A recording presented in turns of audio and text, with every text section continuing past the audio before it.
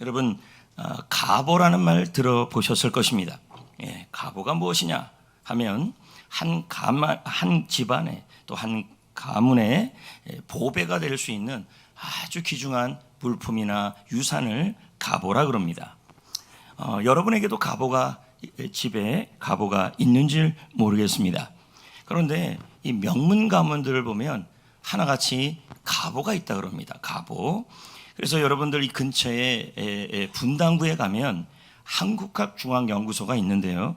거기 안에 장서각이라는 그러한 곳이 있습니다. 근데 이곳에 가면 전국에서 명문 가문이라는 가문들 중에서 43개 가문에 가보들이 기증되어 있습니다. 이 가보들을 보면 하나같이 뭐냐면 이렇게 보물이나 금이나 그러면 또 기증 안 했겠죠. 그런 것이 아니라 주로 이 정신을 전해준 글들입니다. 대표적으로 박남박씨 서계 가문의 서계 유목이라는 것이 있습니다. 그 다음에 경주 손씨의 유제 가문의 계공산 도상이라는 또 가보가 있다 그럽니다. 우리는 듣도 보도 못한 것입니다. 그러나 이런 걸 보면 지금 여러분의 가문이 지금 명문인지 아닌지를 알 수 있는 게 있어요. 여러분의 집에 뭔 종이라도 하나 있냐 없냐예요. 그래서 거기다가 뭐라도 하나 적혔냐. 이게 바로 중요한 것인데 주로 그 글들이 그 가정의 정신을 의미하는 겁니다. 서두에 왜 제가 이 가보 얘기를 했냐면 오늘 말씀이 이 가보 얘기입니다. 가보. 그 말씀의 배경은 이래요. 예레미야가 활동하던 시기예요. 그러면 예레미야가 활동하던 시간은 언제냐 하면요. 마치 우리가 조선의 마지막 때에 우리가 고종, 순종 요럴 때가 있습니다. 딱 그때가 활동했던 사람이 누구냐면 예레미야예요. 그러니까 나라가 풍전등하죠. 그리고 바벨론의 공격이 벌써 1차, 2차 막 계속 일어나는 상황입니다. 이 바벨론이라는 것을 지금 우리 입장에서 본다면 과거의 조선 말에 그 일본이겠죠. 또 일본뿐만 아니라 러시아도 있을 수 있고, 근데 그런 공격들이 오는 시점에 일어난 얘기입니다. 이 얘기가 예레미야 35장이에요. 근데 여러분들 생전 처음 들어보는 자손이 나와요. 그가 누구냐면 레갑 자손이 나와요. 여러분들이 성경을 좀 아는 분들도 성경을 읽을 때 레갑 슉 지나가는데 이 레갑 자손이 뜬금없이 예레미야의 상황에서 등장했다는 것입니다. 하필은 왜 레갑 자손이 이때 등장했느냐? 왜냐면요, 이들에게는요 가보가 있었어요. 가보. 그리고 그 가보는 누가 물려줬냐면 선조가 물려준 가문에 보물이 있었다는 것입니다. 그 보물 때문에 지금 이 시간에 바로 요때 이 예레미야 당시 여호야긴 시드기야 시대에 하나님께서는 특별히 이 레갑 자손을 예레미야에게 알려주고 이 레갑 자손과 유다 자손을 비교하는 내용이 오늘 35장의 내용입니다. 자, 보자고요. 예레미야 오늘 말씀이죠. 35장 6절 7절 시작. 레갑의 아들 우리 선조 요나답이 우리에게 명령하여 이르기를 너희와 너희 자손은 영원히 포도주를 마시지 말며 너희가 집을 짓지 말며 파종도 하지 말며 포도원을 소유하지도 말고 너희는 평생 동안 장막에 살아라. 그리하면 너희가 머물러 사는 땅에서 너희 생명이 길리라 하였으므로. 자, 그러면 레갑의 아들은 누구예요? 요나답이죠. 요나답. 근데 이 요나답이 자신의 후손들에게 요때부터 이 레갑 자손이라는 말이 나오는데 후손들에게 4가지 신앙유산을 전했어요. 그 첫 번째가 뭐냐면 포도주를 마시지 말라. 여러분, 여기서 이 포도주는 가나의 혼인잔치에 말한 그 포도주가 아니에요. 왜냐하면 조금 이따가 살펴보겠지만 잔을 놓고 술잔을 놓는다는 내용이 나와요. 그러면 당시에 포도주가 발효된 음료로 사용되는데 특히 여기서 말하는 이 포도주는 발효된 음료라기보다는 발효가 됐는데 알코올 성분이 많은 걸 얘기하는 거예요. 근데 이들에게 뭘 먹지 말라면 평생 술 먹지 말라 이 뜻이에요. 근데 가끔 이런 분들이 있잖아요. 아이, 목사님 성경 어디에 술 마시지 말라 그랬습니까? 술을 취하지 말랐죠. 이건 성경을 겉만 아는 거예요. 성경을 제대로 읽었다면 그런 말 못합니다. 잠깐만 읽어보세요. 술은 보지도 말라 그랬어요. 그래서 포도주를 마시지 말라는 말은 술을 드시지 말고 세상의 즐거움으로 살지 말라. 이게 요나답의 신앙 유산이었어요. 두 번째는 뭐였냐면 집 짓지 말래요. 야, 이거 말이 됩니까? 집 짓지 말라는 말이. 그럼 우리는 다 신앙 유산이 없는 거죠. 집을 짓고 사니까. 근데 그런 의미가 아니라 물질적 욕심을 갖지 말고 이 땅에서 그 욕심 때문에 하나님과 멀어지지 말라, 이 뜻이에요. 세 번째는 뭐냐면, 자, 집을 짓지 말라니까 어디서 살아야 돼요? 장막에서 살아야 되죠. 그러니까 장막에서 거하라, 세 번째 이 말인데, 이들은 실제로 평생 포도주를 안 먹고 평생 포도원도 하고 평생 포도도 안 먹었어요. 그리고 나서 집도 안 짓고 어디서 살았냐면 광야에서 장막 짓고 살았어요. 그럼 장막은 왜냐 하냐면, 장막이라는 것은 자꾸 옮기는 거예요. 그래서 인생이라는 것을 늘 생각하면서 인생은 끝이 있고 나그네라는 사실을 알고 하나님만 바라보며 천국 바라보며 살라, 이 뜻이 되는 거죠. 마지막 네 번째는 뭐 짓지 말래요? 예, 그럼 농사 지으면 안 됩니까? 지금 이런 일반적 농사를 의미하는 게 아니라 가나안 땅의 농사는 반드시 바알신과 연관이 돼 있어요. 그래서 농사를 지을 때 바알신에게 제사를 드리고 그렇게 해서 비가 내리게 해달라는 그런 우상 숭배가 들어가는 거죠. 그러니까 농사 짓지 말라는 말은 무슨 의미냐면, 교제를 해더라도 죄를 짓는 교제를 하지 말고, 그리고 우상을 숭배하지 말라, 이 뜻이 되는 거죠. 그래서 이 네 가지를 가지고 뭐 했냐면 신앙유산을 전해줬다는 거죠. 이 집안에 이게 가보였어요. 이걸 물려줬어요. 근데 이게 누가 물려줬나 했더니 아까 제가 말했다시피 본문에서는 요나답이라 그랬어요. 그러면 여러분, 이 요나답이 도대체 누구냐는 거죠. 그냥 뜬금없이 요나답이 레갑 자손에게 전했던 이 네 가지 이 신앙 유산을 지켜야 합니다. 우린 이렇게 얘기하는데 이 요나답이 누군지를 알아야 됩니다. 이 요나답이라는 사람은 어떤 사람이냐면 이스라엘의 가장 악랄했던 왕, 우상 숭배를 했던 왕이 아합 왕이에요. 그 아합 왕 때 하나님께서 엘리야를 통해서 종교개혁을 일으키라고 했던 사람이 예후예요. 이 예후와 동역하여서 종교개혁을 함께 했던 사람의 이름이 성경에서는 여호나답이라고 나와요. 근데 이 여호나답이 바로 요나답이에요. 동명이인이죠. 그래서 여러분 열왕기하 10장 15절에 보면 제가 말한 게 나옵니다. 자, 읽어봅시다. 예후가, 시작. 예후가 거기서 떠나가려다가 자기를 맞이하러 오는 자, 레갑의 누가 나와요? 여호나답. 레갑의 아들. 아까 우리가 예레미야 읽었을 때 예압의 아들이 누구라 그랬어요? 요나답. 그럼 여기서 예갑의 아들이 뭐라고 나와요? 여호나답. 호만 빼면 되잖아요. 호. 그렇죠? 이 이름이 무슨 이름이에요? 같은 이름이란 얘기죠. 그럼 이 사람이 누구랑 활동했다는 얘기예요? 예후. 예후가 그럼 무슨 활동을 했어요? 엘리야가 기름을 부었다니까요. 너 이스라엘 아합을 척결하고 종교개혁을 일으키라고 하나님이 택한 사람이 예후였어요. 근데 이 예후가 혼자 일을 하지 않고 누구랑 해요? 여호나답과 얘기해요. 근데 왜 여호나답이에요? 아니, 이 사람은 이방민족이에요. 그런데 하나님을 워낙 잘 믿으니까, 하나님을 믿는 게 소문이 났으니까 예후가 이 하나님이 이스라엘 땅에 있는 우상을 척결하기 위해서 여호나답만큼 적격자가 없다고 생각한 거예요. 자, 그러면 읽어봅시다. 그의, 시작. 그의 안부를 묻고 그에게 이르되, 그 다음 구절. 내 마음이 내 마음을 향하여 진실함과 같이 내 마음도 진실하냐 하니, 여호나답이 대답하되 그러하나이다. 이르되 그러면 나와 손을 잡자. 손을 잡으니 예후가 끌어 병거에 올리며. 지금 뭐 하고 있어요?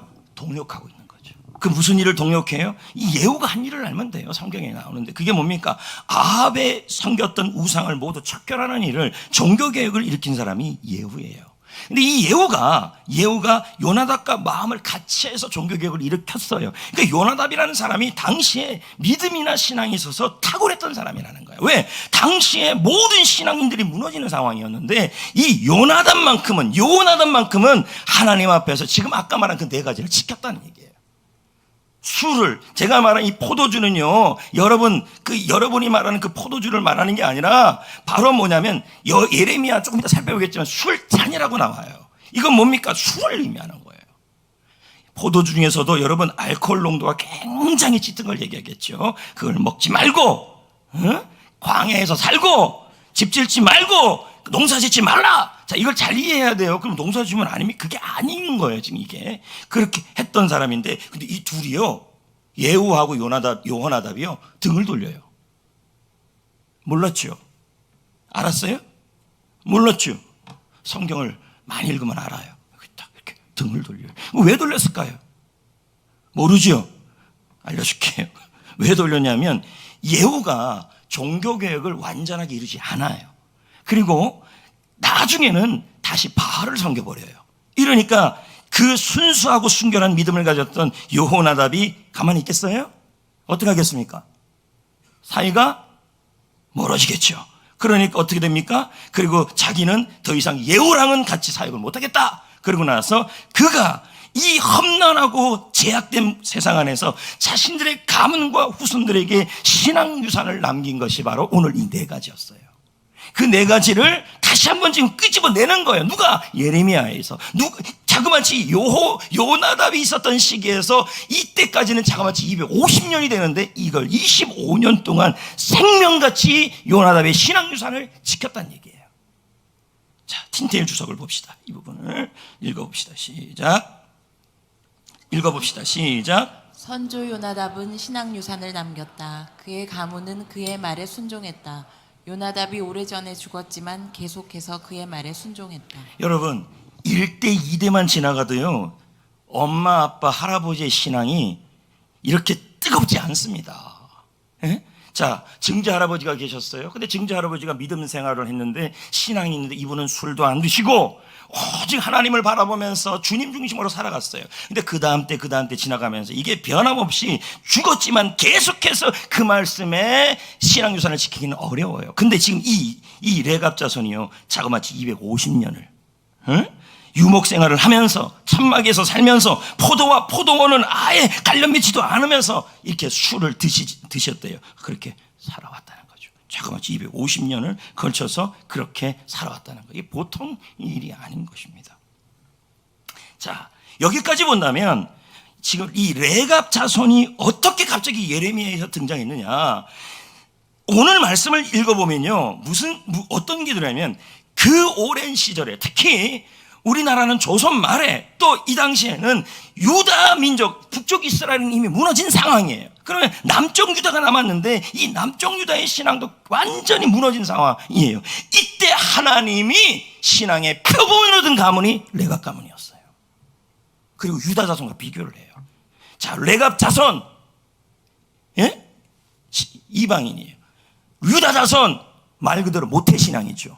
자, 이 둘 보면서 주님이 여기를 얘기를 하고 있는 거예요. 근데 이 말씀에 보면요, 정말 제가 처음에는 이해가 안 되는 말씀이 나왔어요. 2절입니다. 2절 읽어봅시다. 시작. 너는 레갑 사람들의 집에 가서 그들에게 말하고 그들을 여호와의 집 한 방으로 데려다가 포도주를 마시게 하라 하시니라. 나오죠. 이게 도대체 어떻게 된 말입니까? 예레미야 당시에는, 이 당시에는 딱 언제냐면 여호야김 시대입니다. 여호야김, 시드기야. 이제 세계 망하는 그 시점인데 주님께서 뜬금없이 예레미야가 나라가 무너지는 그 상황에서 누굴 데려오냐면 레갑 자손을 데리고 오라는 거예요. 그리고 나서는 술잔을 탁 주고 나서는 거기다 술을 딱 부은 다음에 얘네들 보고 예레미야야 술 먹으러 하라, 이런 거죠. 근데 이게 뭔지 아십니까? 테스트였어요. 테스트. 만약에 제가 이렇게 드렸는데, 제가 바라던 바입니다 하면서 한 잔, 두 잔 먹었다면 이 테스트에 실패한 거죠. 근데 오늘날 이런 상황이 되게 많아요. 직장 생활할 때도요, 또 직장 생활할 때도요, 그리고 친구들 관계를 맺을 때도요, 보면요, 하나님이 이런 시험합니다. 먹어봐라. 근데 이들이 어떻게 하지 않습니까? 단호하게 거절합니다. 자, 이게 6절이에요. 읽어봅시다. 시작. 그들이 이르되 우리는 포도주를 마시지 아니하겠노라. 나왔죠?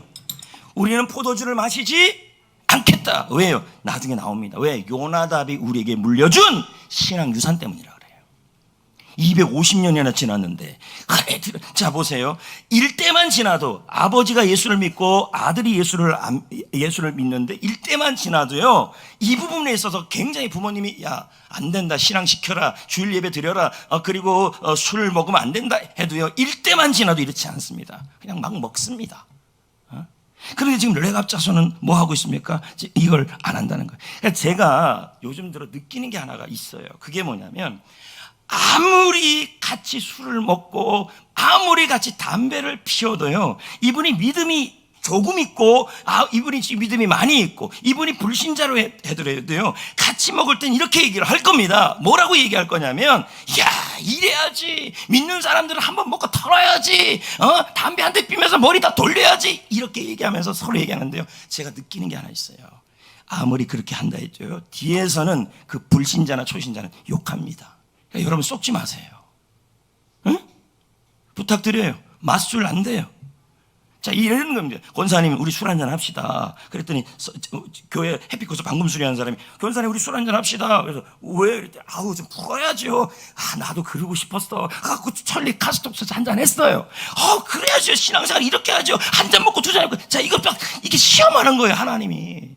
근데 먹었어요. 뒤에서 뭐 하는지 아시면, 권사님은 가만 계시는데 이 초신자나 불신자가 반드시 그 자리에는 하게 해야지만 뒤에서는 어떻게 그럴 수 있냐, 이렇게 나와요.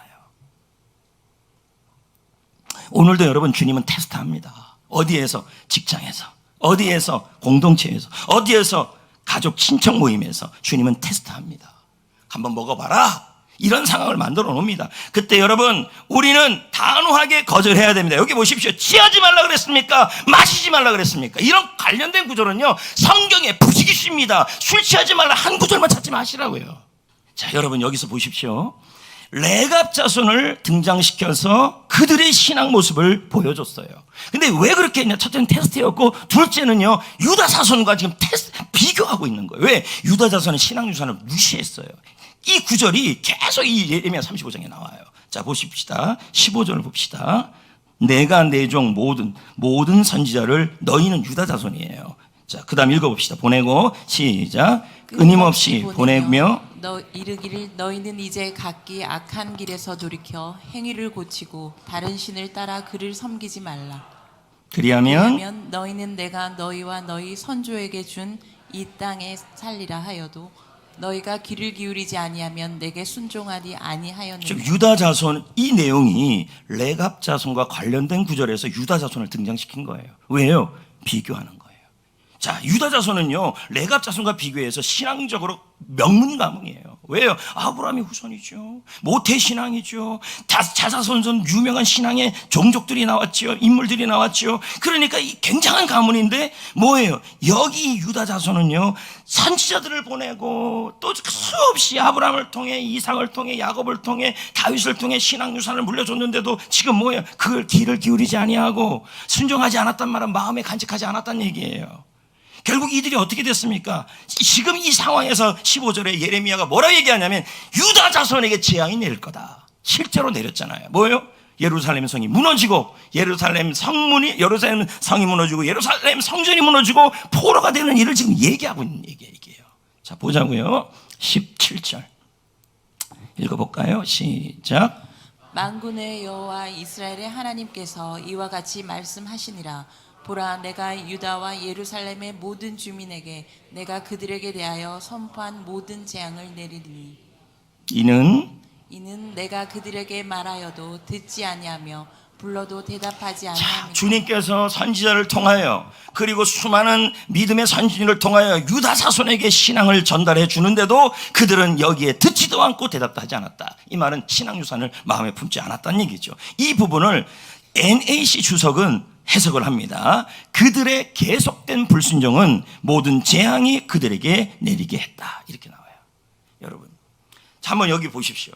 유다 자손에게 땅은 자, 유다는 유다 지파를 의미하죠. 그럼 유다 지파에게 땅은 많을까요, 적을까요? 많았죠. 이스라엘 지파 중에서 땅이 제일 많은 지파가 유다 지파예요. 땅을 굉장히 많이 받았어요. 거기다가 여러분 부동산도 받고요, 거기 예루살렘 성도 있고요, 거기에다 전차도 있고요, 군대도 있고요, 매번마다 후손들에게 남겨준 게 땅이었어요. 그리고 또 뭘 남겨주냐? 부동산. 그리고 거기다 마차, 그런 거 다 남겨줬어요. 그러면 뭐 합니까? 587년에 BC 587년에 이 유다 자손은 지금 성경의 17절의 예언대로 완전히 무너져 버려요. 자, 보십시오. 선조가 물려준 땅이 그들의 집을 지키지 못했어요. 선조가 물려준 부동산이 그들의 삶을 지키지 못했어요. 오히려 완전히 유다 자손이 망할 상황에 처해지게 된 거죠. 저는 여러분 보십시오. 자녀들에게 땅도 물려주고 부동산도 물려주고 아파트도 물려주고 뭐 다 물려준 것도 귀한 일이죠. 감사할 일이죠. 그러나 우선순위는 잡으셔야 돼요. 왜냐하면 하나님을 물려주어야만 하나님이 지켜 보호하는 거예요. 그런데 여러분, 이 레갑 자손은 어떠냐 한번 보자고요. 14절 읽어볼까요? 시작. 레갑의 아들 요나답이 그의 자손에게 포도주를 마시지 말라 한 그 명령은 실행되도다. 그들은 그 선조의 명령을 순종하는데 언제까지 했다는 거예요? 예레미야가 있는 이 시대까지 했다는 얘기예요. 어? 그런데 내가 너희에게 말하고, 너희는 유다 자손이 지금 유다 자손과 레갑 자손을 비교하고 있는 거예요. 끊임없이 말해도 너희들은 듣지 않았다, 이 뜻이에요. 하나님의 신앙을 무시했다는 얘기죠. 여기서 이 순종하다는 마음은요, 마음에 깊이 간직했다, 이 뜻이죠. 그런데 여러분 보십시오. 자, 여기 말한 유다 자손은 하나님께서 무너지게 한다 그랬는데, 자, 땅도 그렇게 많고 부동산도 많고 그리고 임야도 그렇게 많은데도 하나님이 은혜 내려주지 않으면 다 무너진다는 얘기예요. 그런데 이 레갑 자손에게는요, 하나님이 이방 민족, 늦게 시작한 민족, 이런 민족인데요, 신앙 하나 잘 유산을 갑으로 지켰더니 하나님이 두 가지 복을 내렸어요. 자, 이게 오늘 말씀의 마지막이에요. 19절입니다. 시작. 그러므로 만군의 여호와 이스라엘 하나님께서 이와 같이 말씀하십니다. 레갑의 아들 요나답에게서 내 앞에 설 사람이 영원히 끊어지지 아니할 하나님 앞에서 영원히 설 사람이 끊어지지 아니할 것이다. 이 말은 뭘까요? 하나님 앞에 당당히 서는 사람이 끊어지지 않을 것이다. 하나님의 자랑이 된다는 얘기예요. 믿음의 명문 가문이죠. 믿음의 명문 가문으로 세우겠다는 얘기죠.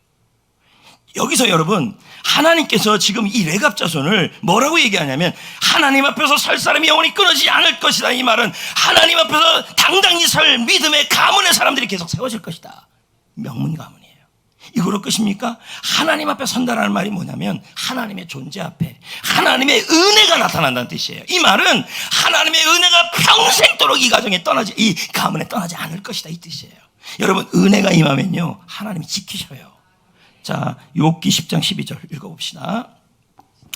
은혜를 내게 주시고 나를 보살핌으로 내 영을 지키셨나이다. 실제로요, 이 레갑 자손은요 안 망해요. 그리고 느헤미야가 다시 70년 80년이 지난 다음에 성전을 짓고 성문을 짓는 가장 중요한 자리에 누구를 쓰냐면 이 레갑 자손의 후손들을 써요. 보세요, 하나님이 명문가문으로 계속 쓰잖아요. 보여줄까요? 느헤미야 3장 14절 읽어봅시다. 시작. 분문은 베다게렘 지방을 다스리는 제가 누가 나와요? 레갑의 아들. 누굽니까? 말기야. 이에게 중수를 맡기고 문을 세우고 문짝을 달고 자물쇠를 빗장을 갖다. 이건 뭡니까? 중심인물로 쓰고 있다는 얘기죠.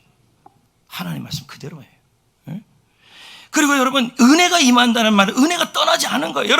여러분의 자손들이 나는 죽어도 나는 떠나도요, 평생 하나님의 은혜가 떠나지 않게 하셔야 돼요. 그 은혜가 임하면요, 하나님이 보살피고 지켜요. 그 은혜가 임하면요, 여러분, 넉넉해져요. 그리고 물질이 넉넉해져서 선한 일을 할 수 있는 도구가 충만해져요. 그게 고린도서 9장 8절이에요. 시작. 하나님이 능히 모든 은혜를 너희에게 넘치게 하시나니 계속요? 이는 너희로 모든 일에 모든 넉넉하여 모든 착한 일을 넘치게 하려 함이시. 맞잖아요. 은혜가 떠나지 않으면 어떤 일이 일어난다고요? 넉넉해진다. 그리고 뭐예요? 좋은 일을 할 수 있도록, 하나님이 일을 할 수 있도록 넘치게 하여 주신다. 이게 바로 하나님이 주시는 신앙유산의 축복이에요.